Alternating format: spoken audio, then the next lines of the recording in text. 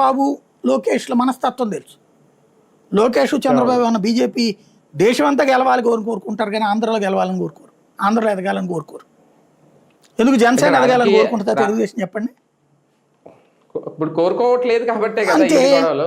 కాబట్టి మనం దాన్ని ఏమంటారు, స్వీట్ న్యూస్ అన్నమాట. నోటితో చెప్తా ఉండాలి.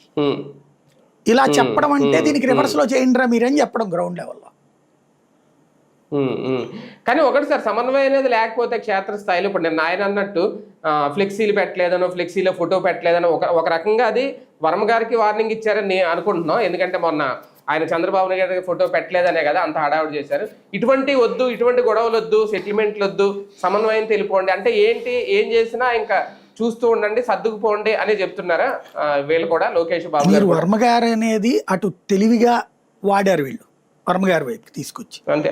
అంటే రీసెంట్ గా గొడవ చేసి అంతకు ముందు రోజునే కదా శ్రీకాళహస్తిలో, శ్రీకాళహస్తి చంద్రగిరి జనసేన నాయకుడు కత్తితో కోసేశాడు ఈ తెలుగుదేశం ఎమ్మెల్యేకి సంబంధించిన పోస్టర్లు అవన్నీ కూడా.